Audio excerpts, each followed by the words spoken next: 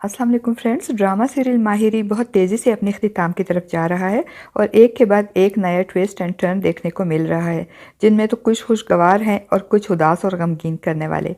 और बहुत जल्द हम इसके आखिरी किस्त भी देख पाएंगे। ड्रामा सीरियल माहिरी के आने वाले एपिसोड में हम देखेंगे कि राहिला जो बच्चा खोने के गम में जहनी तवाज़ुन खोने का ड्रामा करके हबीब और सब घर वालों की हमदर्दियां हासिल करती है और किसी को शक भी नहीं होता कि राहिला ड्रामा कर रही है, मगर इंस्पेक्टर अकरम राहिला का ये फ्रॉड भी पकड़ लेता है और उसे कहता है कि तुम मुझसे बचने के लिए जो ड्रामा कर रही हो करती रहो, मगर मैं अब तुम्हारी असलियत तुम्हारे शोहर को बताकर तुमको इस घर से जलील करके निकलवा कर ही दम लूंगा। और फिर वो ऐसा ही करेगा।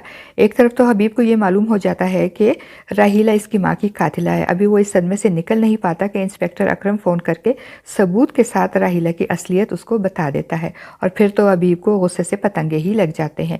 वो घर वापस आकर राहिला को इसके फ्रॉड गिनवाता है और उसको इसकी असलियत बताता है। तो राहिला कहती है कि मैंने तो सब कुछ तुम्हारे लिए और अपने लिए किया था, मुझे माफ़ कर दो। मगर अब राहिला के लिए हबीब के दिल में ना तो कोई नरम गोशा होता है और ना ही उससे उसकी मोहब्बत बाकी रहती है, इसलिए वो उसको रोने और तड़पने के बावजूद, उसकी मिन्नत समाजत के बावजूद खड़े खड़े 3 तलाक दे देता है।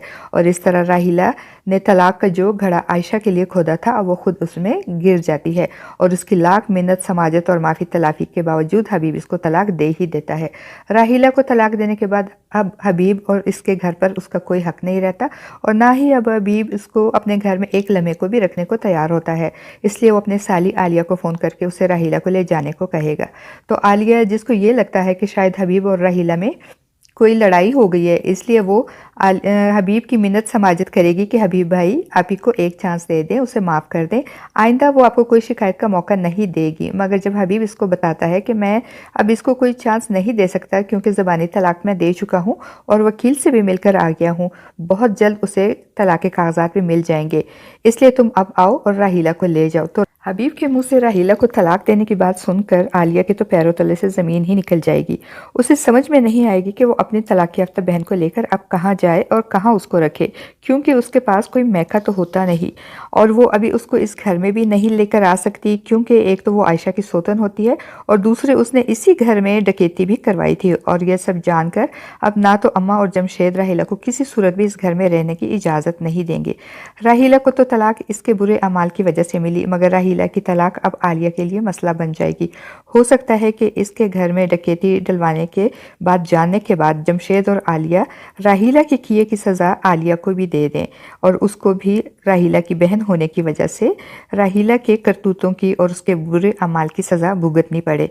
या फिर ये भी हो सकता है कि इंसानी हमदर्दी या फिर आलिया के अच्छे बर्ताव की वजह से जमशेद और उसकी अम्मा आलिया की वजह से राहिला को अपने घर में इद्दत गुजारने की इजाज़त दे दें। दूसरी तरफ फराज और सायका की ज़िंदगी में एक बहुत बड़ी खुशी आई है और फराज साहब की मस्कत में जॉब हो गई है और वो जल्द ही अपनी फैमिली को भी वहाँ बुलवा लेंगे और सायका इसी खुशी में सबका मुंह भी मीठा करवाती है।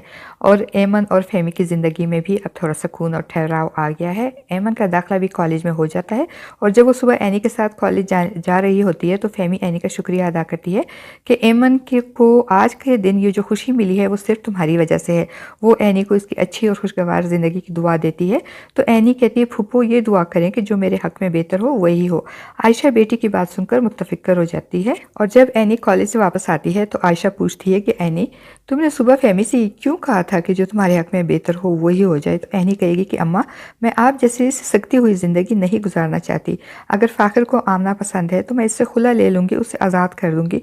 हम दोनों की ज़िंदगियाँ तो बड़ों के गलत फैसले की बेंट चढ़ चुकी हैं। अगर फ़ाखिर मेरे साथ खुश नहीं है तो मैं इसको अपने साथ ज़बरदस्ती बांध कर नहीं रखूँगी। इस पर आयशा एनी से कहेगी कि तुम्हें गलत फहमी भी तो हो सकती है गुड़िया, हो सकता है जो तुम सोच रही हो वैसा हो ही ना। तो एनी कहेगी कि अम्मा, फ़ाखिर भी यही कहता है कि आमना और वो सिर्फ दोस्त हैं और वो भी इससे इंस्पायर्ड है, मगर मुझे ये बात कुछ और ही लगती है। एनी के दिल में फ़ाखिर और आमना को लेकर जो शक बैठ गया है वो उसे दूर करना चाहती है और फ़ाखिर के मोबाइल से आमना का नंबर लेकर उसे कॉल करती है और मिलने को कहती है। आमना भी एनी के इस तरह कॉल करने और फिर मिलने पर इसरार करने पर परेशान होकर पूछती है कि तुम आखिर मुझसे क्यों मिलना चाहती हो? तो एनी कहती है कि मैं अपने और फ़ाखिर के रिश्ते को एक आखिरी चांस देना चाहती हूँ, इसलिए तुमसे मिलना चाहती हूँ। फ्रेंड्स, आपको क्या लगता है, क्या आमना से मिलने के बाद एनी के दिल से फ़ाखिर और आमना को लेकर तमाम शकूक व शुबात निकल जाएंगे या फिर वो फ़ाखिर को छोड़ने के बारे में सोचेगी?